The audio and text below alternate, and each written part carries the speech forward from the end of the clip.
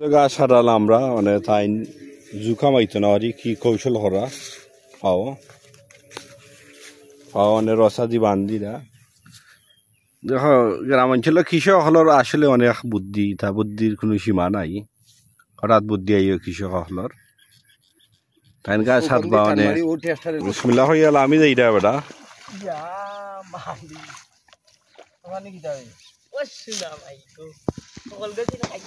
গাছ হাতরা গরুর লাগি আর অনেক বাদমাইয়া রইত বালা রইদের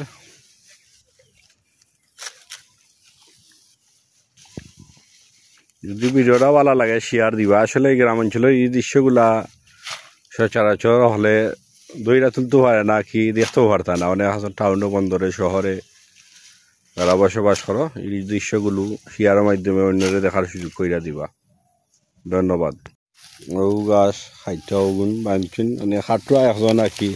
আর বানরা আর একজন যা অবস্থা হয় আর কি খাটুয়া একজন আর